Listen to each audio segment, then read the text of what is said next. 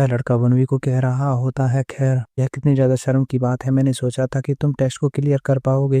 वह लड़का तुरंत ही वनवी को एक टोकन देते हुए कहने लगता है, क्या तुम इसे लोगे? वनवी उसे रोकते हुए कहने लगता है कि इसकी कोई जरूरत नहीं है, मैंने कुछ भी बदले में उम्मीद नहीं की थी। लेकिन जैसे ही वनवी उस टोकन की तरफ देखता है तो वनवी काफी ज्यादा चौंक जाता है।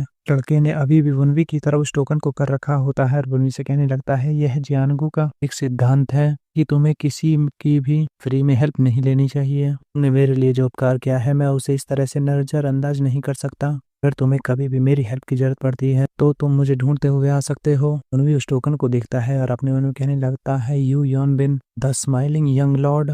लिटिल फेरी से सुनते ही वनवी से पूछने लगती है, क्या तुम इसे जानते हो? वनवी बताता है, स्माइलिंग यंग लॉर्ड जू यॉन बिन। यह टाइटल इसलिए दिया गया क्योंकि हमेशा ही मुस्कुराता रहता था। यह एक उभरता हुआ मार्शल आर्टिस्ट है क्योंकि ऑर्थोडॉक्स मुस्लिम अलायंस के अंदर जल्द ही बहुत ज्यादा फेमस हो जाएगा। इस वावेक और व्यूहन के बारे में याद करते हुए कहने लगता है, अगर उनके बारे में बात की जाए तो इसमें कोई अनोखी बात नहीं है कि वह लोग जरूर बहुत ज्यादा महान इंसान बनेंगे आगे चलकर। ब्लैक और व्हाइट ट्विंस डीमंस के साथ रिविल अकेला ऐसा होगा जो कि उनके सामने खड़ा होगा। वनवी उस टोकन को ले लेता है और अपने मन में कहने लगता है, मुझे लगता है कि यह दुनिया जितना मैंने सोचा था उससे भी कहीं ज्यादा छोटी है। अगर मैं अभी फिलहाल इसके स्किल्स के ऊपर ध्यान देता हूँ तो ऐसा लगता है जैसे कि सॉन्ग जो आवेक अभी फिलहाल काफी ज्यादा बेहतर कर रहा है। लेकिन अगर मैं अनुमान लगाता हूँ तो इसका मतलब यह होगा कि जू यॉनविन इसके अंदर भी काफी ज्यादा सुधार आएगा। के बाद यॉनविन वनवी से कहने लगता है कि अगर यह ज्यादा नहीं हो जाएगा तो क्या मैं तुमसे तुम्हारा नाम पूछ सकता हूँ? इस पर वनवी भी हमें जवाब देता है। वनवी अपने मन में कहने लगता है कि मैं किसी ऐसे व्यक्ति को बिल्कुल भी धोखा देना नहीं चाहता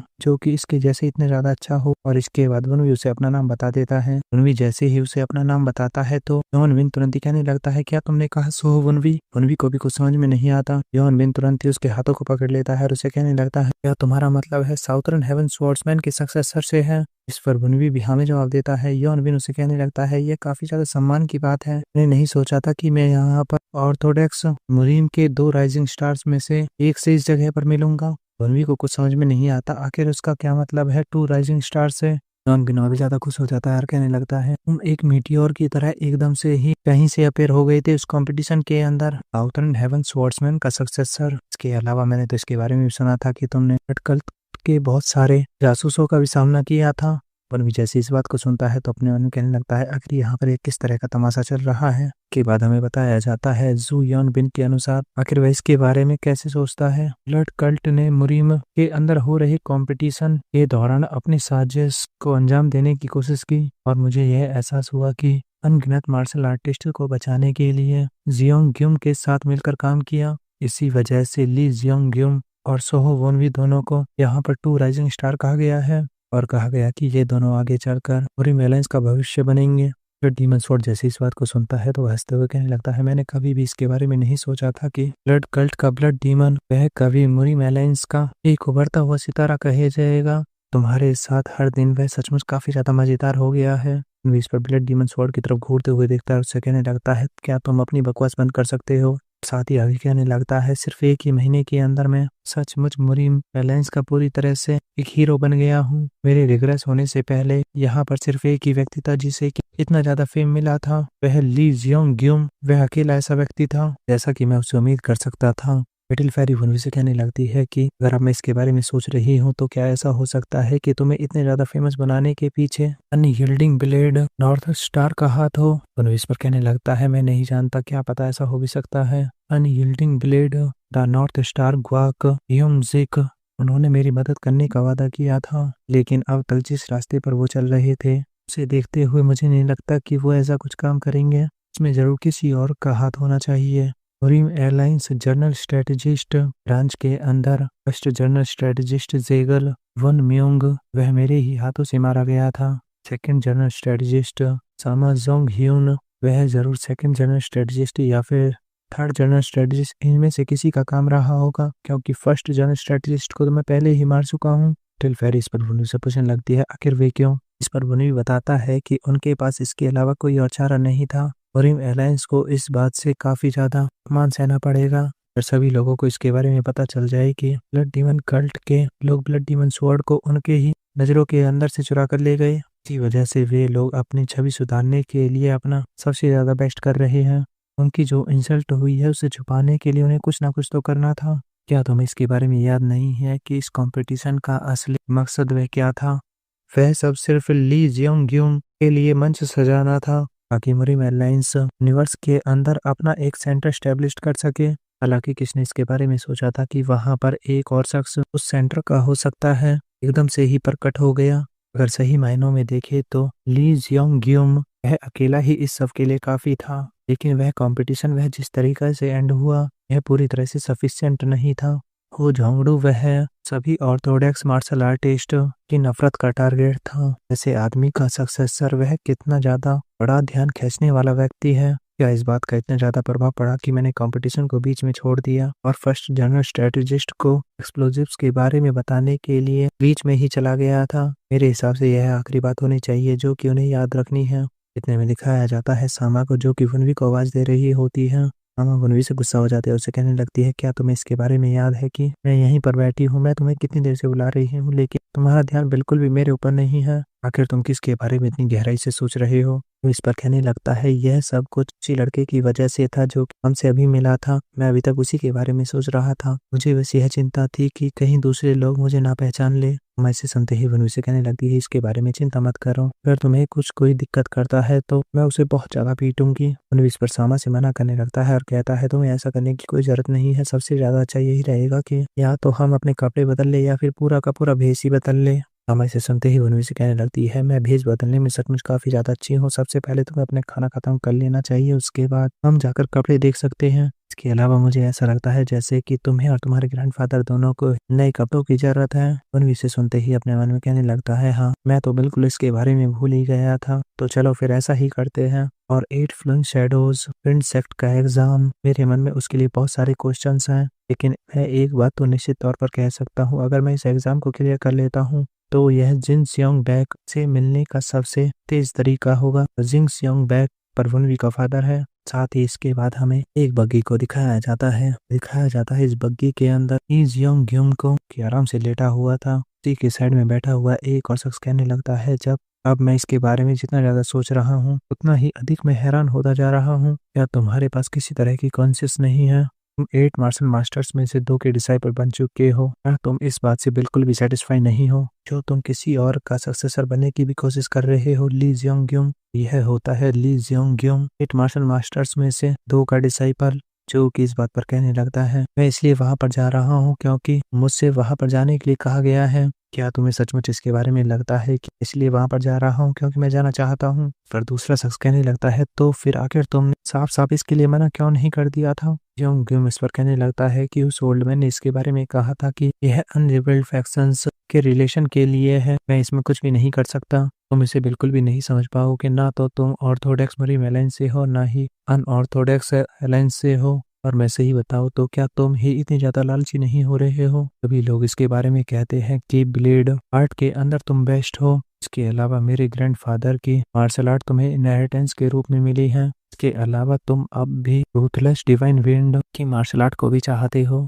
यह होता है Jin Yong supreme blade Jin Kwan का ग्रैंडसन। जिन योंग अपने उन कहने लगता है, अच्छा तो ऐसा है, यह सब कुछ तुम्हारी गलती से है। राइजी स्वॉर्ड एम्परर जिन योन और इन्फिनिटी सुप्रीम स्वॉर्ड बैक वांग मुक, तुमने पहले ही इन दोनों के मार्शल आर्ट को प्राप्त कर लिया है और अब तुम कह रहे हो कि मैं लालच ही बनता जा रहा हूँ क्योंकि तुम मुझसे पहले ही काफी ज्यादा अमीर हो। इसके बाद जिन योंग आगे कहने लगता है, मैं फ्रेंड्स के बीच में चल रही पॉलिटिशियन फाइट उसका बिल्कुल भी केयर नहीं करता हूँ, मैं बस स्ट्रॉन्ग बनना चाहता हूँ। जियोंग ग्यूम इस पर कहने लगता है, हाँ हाँ मुझे तुम्हारे ऊपर पूरा विश्वास है। जिन योंग जैसे इस बात को सुनता है तो उसे काफी ज्यादा गुस्सा आने लगता है। वह तुरंत ही उठ खड़ा हो जाता है और अपनी स्वॉर्ड को निकाल लेता है और ली जियोंग ग्यूम से कहने लगता है, अब मैं इसे बिल्कुल भी बर्दाश्त नहीं कर सकता। जिन योंग जो कि काफी ज्यादा गुस्से में था, इतने में ली जियोंग ग्यूम उसे आवाज देता है और उसे कहने लगता है, हम लोग ऑलमोस्ट अनलेबल फैक्शंस पहुंचने वाले हैं। क्या तुम सच में चाहते हो कि तुम टेस्ट में जाने से पहले ही अपनी सारी एनर्जी को गवा दो? जिन योंग जैसे इस बात को सुनता है तो वह कुछ भी नहीं बोल पाता। इसके बाद वह तुरंत ही एक पंच ली जियोंग ग्यूम को चिपका देता है, लेकिन ली जियोंग ग्यूम वह भी उसके इस अटैक को बड़ी आसानी से डॉज कर देता है। जिन योंग इस पर कहने लगता है, मैं ऐसा बिल्कुल भी नहीं चाहता, लेकिन अगर सही बताओ तो तुम्हें खाना खाना बंद कर देना चाहिए। वह तुरंत ही अपने हाथ में जो चीज पकड़ी हुई थी उसे फेंक देता और कहने लगता है, मुझे काफी ज्यादा नफरत है जब तुम काफी जोर जोर से चबाते हो। जियोंग ग्यूम इस पर कहने लगता है, सच में तुमने मुझे इसके बारे में पहले क्यों नहीं बताया? ऐसा कुछ था तो मैं कुछ शांति से खा लेता। और वह अपनी जेब के अंदर से ऐसी ही बहुत सारी खाने की चीजों को निकाल लेता है। जिनयोंग से पूछने लगता है, मेरे पास ऐसी बहुत सारी है, तो क्या तुम इनमें से कुछ खाना चाहोगे? मैं दोबारा नहीं पूछूंगा। जिनयोंग इस पर वहां से जाते हुए कहने लगता है, बिल्कुल भी तुम्हारे हाथों से कुछ भी नहीं खाना। जियोंग ग्यूम फिर से अपने कैरिज के ऊपर लेट जाता है और कहने लगता है, यह सचमुच काफी ज्यादा अच्छा है। मुझे लगता है कि अगर वह व्यक्ति भी आ जाता है तो इस कंपटीशन के अंदर और भी ज्यादा मजा आएगा। मैं तो सिर्फ इसी के बारे में सोच रहा हूँ कि क्या हम लोग फिर से मिलेंगे। साउदर्न हेवन स्वॉर्ड्समैन का सक्सेसर सोहोवनवी और दूसरी तरफ से सोहोवनवी तो अपना गेटअप चेंज करने में लगा हुआ था ताकि उसे कोई ना पहचान सके। कि अपनी गेटअप को चेंज करके वोल नहो के पास आ गया होता है और उसे कहने लगता है, आपकी हालत वह पहले से अच्छी लग रही है। यह देखकर मुझे काफी ज्यादा खुशी हुई। वनवी को देखते ही वोल नहो वह भी तुरंत ही उसे अपने पास बुलाने लगता है। वनवी वहां पर अपने साथ लाए हुए कपड़ों को रख देता है। वोल नहो को बताने लगता है कि आपने जो कपड़े पहने हुए हैं वह काफी ज्यादा पुराने हैं और काफी ज्यादा पतले भी। इन कपड़ों को चुना है सामान्य आपके लिए।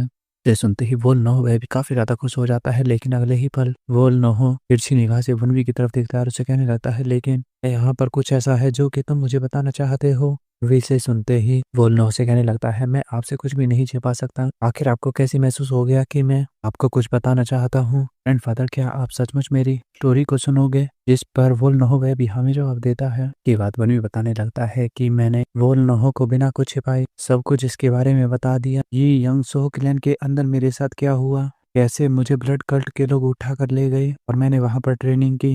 मैंने उसे यह भी बताया कि मैं हेई एक्चन का डिसाइपल बन गया हूँ और मुझे साउदर्न हेवन स्वॉर्ड्समैन की फाइटिंग टेक्निक के साथ साथ फ्लाइंग ब्लेड असैसिन किंग की टेक्निक भी इनहेरिटेंस के रूप में मिली है। उन्हें यह भी बताया कि किस तरह से हम लोगों ने बुरीम अलायंस के अंदर वहां पर चल रही कंपटीशन के अंदर इंटरफेयर किया था और किस तरह से हमने वहां से ब्लड डीमन स्वॉर्ड को चुरा लिया। मैंने इसे इसके बारे में भी बता दिया है कि जो ब्लड डीमन स्वॉर्ड ने अपना मास्टर चुन लिया है, साथ ही ब्लड डीमन जिसे कि ब्लड कल्ट के अंदर सबसे हायर पोजीशन कहा जाता है। मेरी सारी कहानी सुनने के बाद इसमें मैंने इस तथ्य के अलावा कि मैं पहले एक बार मर चुका हूँ, इसके अलावा स्वॉर्ड इमॉर्टल के बारे में जो कुछ हुआ था वह मैंने इसे नहीं बताया है। मेरी इतनी लंबी कहानी को सुनने के बाद ग्रैंडफादर वह काफी देर तक तो इसी तरह से बैठे रहे। इसके बाद लिटिल फेरी वनवी से कहने लगती है, क्या तुम्हें लगता है कि हमने इसे सब कुछ बताकर गलत किया है?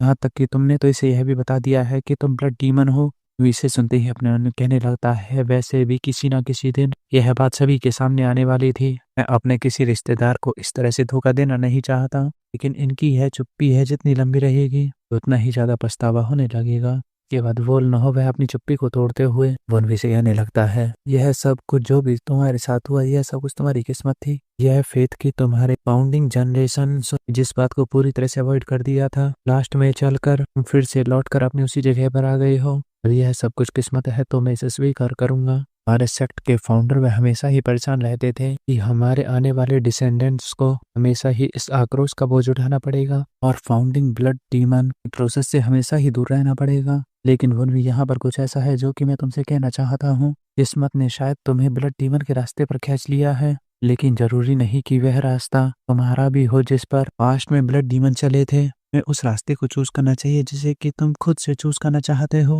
मैं अपना बचा हुआ सारा जीवन लगा दूंगा तुम्हें सपोर्ट करने में।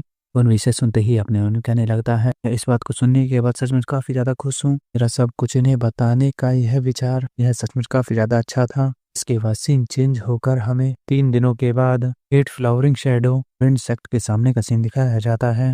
एक टगले को जो कि सामने की तरफ देखते हुए कहने लगता है, तो क्या सचमुच यह सब कुछ है? केवल सिर्फ 2 लोग 8 flowing shadows of the wind sect के टेस्ट को देने के लिए आए हैं। दिखाया जाता है पीछे खड़े लोगों को, उनमें से कह रहा होता है, मुझे सचमुच इसके ऊपर यकीन नहीं था कि यहाँ पर जिन योंग के साथ साथ ली जियोंग भी आएगा।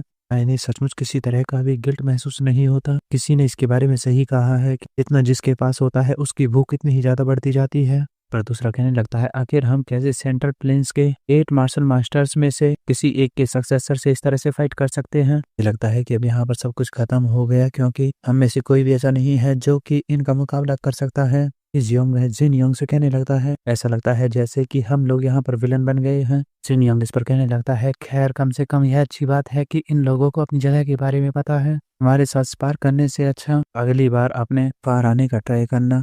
जिन योंग के चेहरे पर स्माइल आ जाती है और कहने लगता है, लेकिन मुझे नहीं लगता कि अगली बार ऐसा कुछ होने भी वाला है। इसके बाद वह टकला इंस्ट्रक्टर उन दोनों को वहां से ले जाते हुए कहने लगता है, ऐसा लगता है जैसे कि अब कोई भी नहीं है जो कि तुम्हारे अलावा इस कंपटीशन के अंदर पार्टिसिपेट करने वाला हो, तो इसलिए मेरे पीछे आओ। जैसे ही वह लोग आगे जा रहे होते हैं तभी उन्हें पीछे से आवाज आती है, मैं भी इस कंपटीशन के अंदर पार्टिसिपेट करना चाहता हूँ। इसे सुनने के बाद वह सारे लोग ही पीछे देखने लगते हैं और हमें दिखाया जाता है वनवी को ने की अपना हाथ खड़ा कर रखा होता है। जिन योंग इसे देखकर अपने मन में कहने लगता है, उसे देखकर नहीं लगता कि वह सुप्रीम पीक पर होगा। वनवी को साइड से आवाज आती है, हे लड़के जरा मेरी बात सुनो। वनवी भी उस तरफ देखने लगता है और यह होता है जिन योंग जो कि वनवी के सामने आ गया होता है और वनवी से कहने लगता है, क्या तुम सचमुच इस टेस्ट के अंदर पार्टिसिपेट करना चाहते हो? इस पर वनवी भी हमें जवाब देता है। जिन योंग अपनी और इस योंग की तरफ इशारा करते हुए कहने लगता है, मुझे लगता है कि तुम इसके बारे में नहीं जानते, आखिर हम कौन हैं? वनवी से सुनते ही अपने मन में कहने लगता है, इसे देखने से ऐसा लगता है जैसे कि यह बिल्कुल भी नहीं बदला है। मैं तो इनके बारे में जानता हूँ, लेकिन क्या यह लोग जानते हैं आखिर मैं कौन हूँ? क्योंकि यहाँ पर वनवी ने अपना भेष बदला हुआ था। इसके बाद वनवी जिन योंग से कहने लगता है, हाँ मैं तुम्हारे बारे में जानता हूँ। आते ही वनवी अपने मन में कहने लगता है, क्योंकि यहाँ पर सभी लोग हमारी तरफ ही देख रहे हैं तो क्यों ना अच्छा रहेगा कि मैं इसके साथ थोड़ा सा खेलूं। इसके बाद वनवी ली जियोंग की तरफ देखते हुए कहने लगता है, ऑर्थोडॉक्स मुरीम का कोई व्यक्ति आखिर राइजिंग स्टार ली जियोंग के बारे में आखिर कैसे नहीं जानेगा? के बाद जिन योंग से कहने लगता है, और क्या तुम उभरता हुआ second star southern heaven swordsman का सक्सेसर सो हो वनवी नहीं हो? जिन योंग जैसे इस बात को सुनता है तो वह वनवी के ऊपर भड़क जाता है और उसे कहने लगता है, जिन योंग हूँ grandson rising king supreme blade Jin Kwan का। इस पर जिन योंग से कहने लगता है, मुझे इसके लिए माफ कर देना जो मैं आपको रिकॉग्नाइज नहीं कर पाया। दूसरे लोग इस बात को सुनते ही हंसने लगते हैं और कहते हैं, अभी तक तो यह काफी बड़ी बड़ी बातें कर रहा था कि वह सेंट्रल प्लेन्स के 8 मार्शल मास्टर्स का सक्सेसर हैं। ऐसा लगता है जैसे कि यह सब कुछ ईगो था सेंट्रल प्लेन्स के 8 मार्शल मास्टर्स में से एक के सक्सेसर होने का। और इसके अलावा इसने कभी अपने जीवन में इन कुआन के ग्रैंडसन होने के अलावा कोई भी महान काम नहीं किया है। के बाद हमें दिखाया जाता है उस टकले को जो कि सभी से कहने लगता है, बस बहुत है, जो भी व्यक्ति इस टेस्ट के अंदर पार्टिसिपेट करना चाहता है उसे इसके अंदर जरूर मौका दिया जाएगा। इसके बाद सभी लोगों से आगे कहने लगता है, अगर कोई और भी इस टेस्ट के अंदर पार्टिसिपेट नहीं करना चाहता तो मैं सिर्फ इन तीनों को ही अपने साथ लेकर चला जाऊंगा। ये बात लिटिल फेरी को दिखाया जाता है जो कि वनवी से कहने लगती है, तुमने सचमुच किसी के ईगो को ठेस पहुंचाई है। वनवी से सुनते ही अपने मन में कहने लगता है कि वह अभी तक बिल्कुल भी नहीं बदला है। में जैसे ही वनवी अपनी जगह से आगे बढ़ता तो दिखाया जाता है इस योंग को जो कि वनवी को ही देखे जा रहा होता है। लिटिल फेरी से देखते हुए कहने लगती है, वह लगातार ही तुम्हें घूरता जा रहा है, क्या होगा कि अगर वह तुम्हें पहचान लेता है? वनवी पर कहने लगता है, हो सकता है कि उसने अब तक तो उसने हमें पहचान भी लिया हो। के बाद वह टकला इंस्ट्रक्टर सभी को बताने लगता है, 8 flowering shadow of the wind sect के टोटल 8 फैक्शंस हैं। First palm, foot, finger, claw, blade, sword और स्पेयर। प्रत्येक फैक्शंस का मार्शल आर्टिस्ट वह हर एक फ्लोर पर तुम्हारा इंतजार कर रहा होगा। अगर तुम उनके खिलाफ लड़ाई में उनकी टोटल 50 मूव्स को झेल लेते हो तो तुम नेक्स्ट स्टेज पर जा सकते हो। पहला टेस्ट सिर्फ टॉप फ्लोर तक पहुंचने का है। के बाद इंस्ट्रक्टर तुरंत ही दरवाजे को खोल देता है और सभी को बताता है कि यह है तुम्हारा फर्स्ट फ्लोर। हमें दिखाया जाता है वहां पर पहले से ही 3 लोग खड़े हुए थे। जैसे ही इन्हें देखता है तो अपने मन में कहने लगता है, क्या सचमुच उनका गोल वह एक सक्सेसर को पाने का नहीं है? मुझे नहीं लगता कि कोई भी इतना कैपेबल हो सकता है जो कि इन फ्लोर्स तक पहुंच सके। वह पहले से ही पीक मार्शल आर्टिस्ट है या फिर उससे भी ज्यादा। के बाद पहले शख्स को दिखाया जाता है जो कि उन तीनों को ग्रेड करता है और अपने बारे में बताते हुए कहने लगता है, उसका नाम युन जेसियो है और वह इंचार्ज है अराइथल फर्स्ट स्टाइल का। के बाद टकला इंस्ट्रक्टर तीनों के बारे में बताते हुए कहने लगता है कि यह तुम्हारी स्किल्स के हिसाब से अपनी इंटरनल एनर्जी को रेगुलेट करेंगे, इसलिए तुम में से किसी को भी ज्यादा डरने की जरूरत नहीं है। के बाद युन जेसियो इन तीनों से कहने लगता है, पहले तुम सभी को एक मौका दूंगा ताकि तुम पहले ही अपनी हार मान लो। अगर तुम टेस्ट में असफल हो जाते हो तो तुम्हें पूरे 3 साल तक सेक्ट का नौकर बनकर रहना पड़ेगा। योंग इसे सुनते ही उसे कहने लगता है, और अगर हम इसे पार कर लेते हैं तो क्या हम ऊपर जा सकते हैं? इस पर सामने खड़ा शख्स कहने लगता है, इस बात से कोई फर्क नहीं पड़ता। ली जियोंग इसे सुनते ही कहने लगता है, यह तो सचमुच काफी ज्यादा अच्छी बात है। मैं खामखा चिंता कर रहा था कि दूसरों को इसके लिए काफी ज्यादा वेट करना पड़ेगा। ली जियोंग तुरंत ही एक शख्स के सामने आकर खड़ा हो गया होता है और उसे कहने लगता है, मैं तुम्हें चुनता हूँ। इसे देखकर सामने वाला शख्स वह भी काफी ज्यादा चौंक जाता है और अपने मन में कहने लगता है, उसकी स्पीड वह सचमुच काफी ज्यादा तेज है, कहलाने लायक है 2 मार्शल मास्टर्स में से 2 का डिसाइपल होना। जियोंग अपने सामने खड़े शख्स से कहने लगता है, मैं यहाँ पर बिल्कुल भी इस मौके को अपने हाथ से नहीं जाने दे सकता। सबसे ज्यादा स्ट्रॉन्ग अपोनेंट से फाइट करना नियम से देखा देख एक शख्स के सामने आकर खड़ा हो गया होता और कहने लगता है अगर ऐसी बात है तो ठीक है, मैं इसे चुनता हूँ। और साथ ही अपने मन में कहने लगता है अगर फर्स्ट फ्लोर पर ही मैं अपनी ज्यादा एनर्जी को क्यों वेस्ट करूँ। उसके बाद वनवी को देखकर कहने लगता है गुड लक कमीने। उसके बाद इंस्ट्रक्टर सभी से कहता है तो चलो इस मैच को स्टार्ट करते हैं। वनवी के सामने जो अपोनेंट होता है वह वनवी को देखकर अपने मन में कहने लगता है यह कितने ज्यादा बेकार बात है कि मुझे मार्शल मास्टर्स में से एक के डिसाइपल से फाइट करने के लिए नहीं मिलेगा, और यह शख्स जो कि मेरे सामने खड़ा है इसकी क्यूआई वह तो इतनी ज्यादा भी नहीं लग रही है। इसके अंदर हिम्मत तो काफी ज्यादा है, लेकिन मुझे लगता है कि इसका सफर बस यहीं तक था। ना कहते ही इंस्ट्रक्टर तुरंत ही सभी को फाइट स्टार्ट करने के लिए कहता है। अगले ही पल दिखाया जाता है सभी लोगों को, वह सभी लोग किसी चीज को देखकर काफी ज्यादा चौंक गए होते हैं। और दूसरी तरफ से ली जियोंग को, जिसके चेहरे पर एक स्माइल होती है, हमें दिखाया जाता है वनवी को, जिसने कि अपना एक पंच सीधा ही अपने अपोनेंट को चिपका दिया होता है। वनवी का अपोनेंट वनवी की फिस्ट को खाने के बाद कहने लगता है यह अभी तक अपने पावर को छिपा रहा था, यह तो एक मार्शल मास्टर है। और दूसरी तरफ से वनवी को दिखाया जाता है जो कि कहने लगता है मैं इन सब में सबसे पहले ऊपर जाने वाला हूँ। कोई कह रहा होता है यह तो काफी ज्यादा इंटरेस्टिंग है, इंटरप्लेन्स के 8 मार्शल मास्टर्स में से 2 के डिसाइपल यहाँ पर 8 flowering shadows of the wind sect के सक्सेसर की सीट के लिए लड़ रहे हैं। पीछे खड़ा था वही टकला इंस्ट्रक्टर जो कि सामने एक शख्स को कह रहा होता है फिर कौन ऐसी पोजीशन को इतनी आसानी से छोड़ना चाहेगा। सामने खड़ा शख्स इस पर कहने लगता है उनमें से कोई सा भी यहाँ पर लालच के कारण नहीं आया है, यह 8 मार्शल मास्टर्स के सक्सेसर के बीच में एक कंपटीशन हो सकता है। लेकिन मुझे लगता है कि यह बात बिल्कुल पूरी तरह से स्पष्ट है कि आखिर उनमें से कौन जीतने वाला है। इस पर पीछे खड़ा शख्स कहने लगता है मुझे लगता है कि जैसा आपने कहा ऐसा कुछ भी नहीं है, आपकी भविष्यवाणी वह पूरी तरह से गलत है। इसे सुनते ही सामने खड़ा ओल्ड मैन वह कहने लगता है क्या तुम मुझसे यह कहना चाहते हो कि blazing king of the supreme blade का डिसाइपल वह काफी ज्यादा अच्छा है। इस पर टकला इंस्ट्रक्टर कहने लगता है नहीं, कंपटीशन के बीच में एक और स्वॉर्ड्समैन है, मैंने केवल उसे चौथी मंजिल तक ही जाते हुए देखा, लेकिन वह सचमुच काफी ज्यादा टैलेंटेड है। वह ली जियोंग के साथ सेम स्पीड से ऊपर चढ़ रहा है। यह सचमुच काफी ज्यादा बेकार बात है कि इतना ज्यादा टैलेंटेड पर्सन फिर भी उसे कोई नहीं जानता। इसे सुनते ही सामने खड़ा शख्स वह तुरंत ही अपने हाथ में एक ब्रश को उठा लेता है और बड़ी तेजी से अपने ब्रश को इधर उधर घुमाने लगता है। इसके अगले ही पल दिखाया जाता है टकला इंस्ट्रक्टर वह सामने किसी चीज को देखकर काफी ज्यादा चौंक गया होता है। उस ओल्ड मैन ने अपने सामने किसी शब्द को लिख दिया होता है और कहने लगता है क्या तुमने कहा कि यह वह आदमी है इसके बारे में हम में से किसी ने भी कभी नहीं सुना, और यहाँ तक कि इतना ही नहीं बल्कि वह स्वॉर्ड चलाता है। हमने कहा कि वह एक अच्छा स्वॉर्ड्समैन है। इसके बाद सीन चेंज होकर हमें वनवी को 8 फ्लोर के ऊपर दिखाया जाता है जहां पर वनवी सभी को काटे जा रहा होता है। वनवी को इस तरह से सभी को पीटते हुए यह शख्स देख रहा होता है, यह होता है head of the jade form spear style Moon Guik, जो कि अपने मनु कह रहा होता है यह सचमुच काफी ज्यादा इंटरेस्टिंग है। उसने जीत हासिल कर ली है 6 एक्सपर्ट्स के खिलाफ जो कि जेड फॉर्म पेयर स्टाइल का यूज करते हुए आपस में मिलजुल कर फाइट कर रहे थे। वह बिल्कुल ली जियोंग ग्युम की तरह ही स्किलफुल है, इसने कि इससे पहले इस टेस्ट को पास किया था। नहीं, अगर मैं सही महीनों में देखूं तो मुझे लगता है कि यह उससे भी कहीं ज्यादा इंप्रेसिव हो सकता है। इसके बाद हमें वनवी को दिखाया जाता है जो कि अपने मन में कह रहा होता है मैं इन सारी चीजों से काफी ज्यादा थक गया हूँ, अगर मैं यहाँ पर अपनी टेक्निक का यूज करता तो मैं बहुत पहले ही ऊपर आ गया होता, क्योंकि सभी एक्सपर्ट मार्शल आर्टिस्ट यहाँ पर इकट्ठा हुए हैं, इसलिए मुझे यहाँ पर अपनी पहचान छिपाने के लिए और भी ज्यादा सावधानी बरतनी पड़ेगी। मुझे अपनी स्वॉर्ड को इस तरह से घुमाना पड़ा कि लोग इसे बिल्कुल भी ना पहचान सके। मुझे साउथर्न हेवन स्वॉर्ड्समैन की technique, hero annihilation blade technique,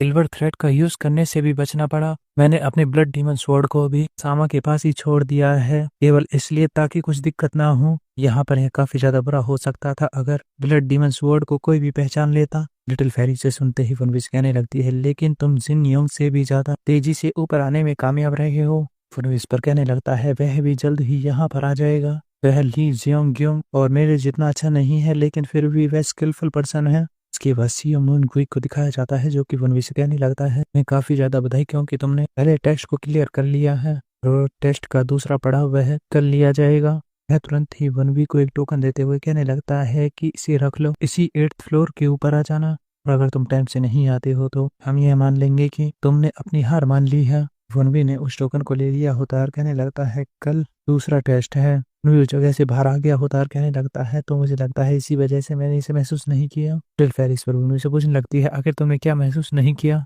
वनवी बताने लगता है मैं फर्स्ट फ्लोर के ऊपर आने वाला पहला व्यक्ति था, लेकिन इसके बाद ली जियोंग ग्यूम वह और सारे फ्लोर्स के ऊपर उससे भी ज्यादा स्पीड से जा रहा था। जब मैं 8th फ्लोर के ऊपर पहुंचा तो वह मुझे कहीं भी नहीं मिला। मैंने सोचा था कि वह जिन सियोंग बैक से मिला होगा, वह हेड है वह 8th flowering shadow of the wind sect के, लेकिन मैंने वहां पर कोई भी क्यूआई को महसूस नहीं कर पाया था। स्वord इस पर वनवी से पूछने लगता है, वनवी क्या ली जियोंग ग्यूम और जिन यंग वह तुम्हारी पास्ट लाइफ में भी कैसी तरह से मिले थे? वनवी इस पर कहने लगता है, मैं इसके बारे में नहीं जानता। स्वord इस पर वनवी से कहने लगता है, मैंने सोचा था कि ली जियोंग ग्यूम वह फ्यूचर में चलकर ऑर्थोडॉक्स मुरिम का सेंटर बनेगा, लेकिन ऐसा लगता है जैसे कि लोगों ने इसे पॉजिटिवली नहीं लिया। इसी वजह से वह इस जगह पर आया है ताकि वह इस सीट के लिए ट्राई कर सके। ये समझ में नहीं आ रहा है आखिर वह क्या सोच रहा है। उन्हें इस पर कहने लगता है कि यह जरूर अनरिबल्ड फैक्शंस और ऑर्थोडॉक्स मुस्लिम के बीच में एक अच्छा रिलेशन बनाने के लिए होगा। लिटिल फेरी इस पर उन्हें कहने लगते हैं, तो क्या तुम कहना चाहते हो कि अनरिबल्ड फैक्शंस और ऑर्थोडॉक्स मुस्लिम है दोनों फ्यूचर में एक साथ आ सकते हैं? उन्हें इस पर कहने लगता है, शायद अब इन बातों का सेंस बनता है, क्योंकि मुस्लिम एलायंस का यह कारण था जिसकी वजह से इनके बीच में यह एलायंस टूट गई थी। अगर सही तरीके से बताऊं तो मुस्लिम एलायंस के पास उनका कजन था बैक चियोल। दोनों ग्रुप वह पूरी तरह से सफल रहे कल्ट को ढूंढने में, क्योंकि वह इन दोनों का ही कॉमन एनिमी था। इसके बाद मरीम एलायंस और अनरिबल्ड फैक्शंस को दो बराबर भागों के अंदर बांट दिया। हर कोई खुश था कि यह बात सोचकर अब सारे में खुशी आ जाएगी और अब सारे में शांति रहेगी। इसके अलावा अलायंस को मजबूत करने के लिए मरीम एलायंस हेड के चचेरे भाई यानी कि कजन बैक चियोल की शादी हांग यंगहा से कराई। अनरिबल्ड फैक्शंस के हेड की लड़की थी। हालांकि पावर वह इतनी आसानी से साझा नहीं होती, दोनों पावर्स अलग अलग बातें कहती, इसकी वजह से हमेशा ही उनके बीच में कॉन्फ्लिक्ट होती रहती, इतना ज्यादा कि वे बिल्कुल भी नहीं लगते जैसे कि वह आपस में अलॉय हो। और तब उस समय पर वह घटना घटी। दिखाया जाता है एक शख्स को जो कि अलायंस हेड के पास आ जाता है तो कहने लगता है कि आपको यह देखने आना होगा मैडम वांग ने क्या किया है। बताया जाता है बैक चियोल की वाइफ वांग यंगहा ने आत्महत्या कर ली। उसने एक नोट लिखा कि दूसरों को उनकी मौत के ऊपर शक न करने दे, क्योंकि वह अपने पति का प्यार पाने में असफल रही थी। लेकिन बेंग हांग मुक को इसके बारे में पता था कि उसकी मौत कैसे हुई थी। दिखाया जाता है बैक चियोल को जो कि किसी से कहता है, ब्रदर आखिर आप यहाँ पर क्या कर रहे हो? बैक चियोल आगे कुछ कर पाता उससे पहले उसके सामने एक स्वॉर्ड आ जाती है। अलायंस हेड उससे कहने लगता है, हमारी वाइफ ने आत्महत्या कर ली है। यह सब कुछ हुआ था तुम्हारे अफेयर्स और लगातार ड्रिंक करने की वजह से। मैंने तुम्हें कितनी बार इसके बारे में कहा था कि अपने परिवार की शांति की रक्षा और मरीम एलायंस की शांति की रक्षा करनी है। इतना कहते ही वह तुरंत ही वांग चियोल के एक हाथ को काट देता है। इसके बाद आगे बताया जाता है बैक वांग चियोल ने अपने चचेरे भाई का दाहिना हाथ काट दिया और वफी के तौर पर उसे अनरिबल्ड फैक्शंस के अंदर भेज दिया। दिखाया जाता है एक शख्स को जो कि उस बॉक्स के सामने खड़ा हुआ था, वह तुरंत ही उस बॉक्स को एक जोरदार लात मार देता है जिसके अंदर बैक चियोल का हाथ रखा हुआ था।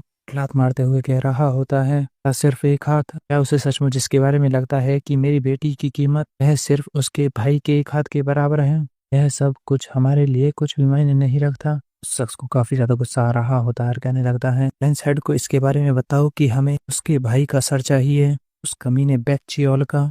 हालांकि मरीम एलायंस ने इस रिक्वेस्ट को बिल्कुल भी स्वीकार नहीं किया। तरह से उनके रिश्तों के बीच दरार आती चली गई और वे टूट गए। सोडी से सुनते ही लिटिल फेरी से कहने लगता है, लेकिन अलायंस वह इतनी आसानी से नहीं टूटेगी। लिटिल फेरी इस पर कहने लगती है, तुम्हें इसके बारे में कुछ भी नहीं पता। तो वनवी इस पर कहता है, सोड वह बिल्कुल सही कह रहा है कि अलायंस वह इतनी आसानी से नहीं टूटती। लिटिल फेरी इस पर पूछने लगती है, लेकिन आखिर क्यों? इस पर वनवी बताने लगता है कि रिबल फैक्शंस के अंदर टोटल 4 मार्शल सेक्ट हैं। उन सेक्ट के लीडर्स को 4 ग्रेट लीडर्स कहा जाता है, क्योंकि अनरिबल्ड फैक्शंस का कोई भी लीडर नहीं था, तो इसलिए चारों सेक्ट लीडर्स वह एक साथ मिलकर एक मीटिंग के अंदर दूसरे से सलाह मशवरा करते थे। अनरिबल्ड फैक्शंस इसके बाद क्या कदम उठाएगा। उसमें से एक सेक्ट ऐसा था जो कि हमेशा ही अलायंस को तोड़ना चाहता था, वह 8 flowering shadows of the wind sect था।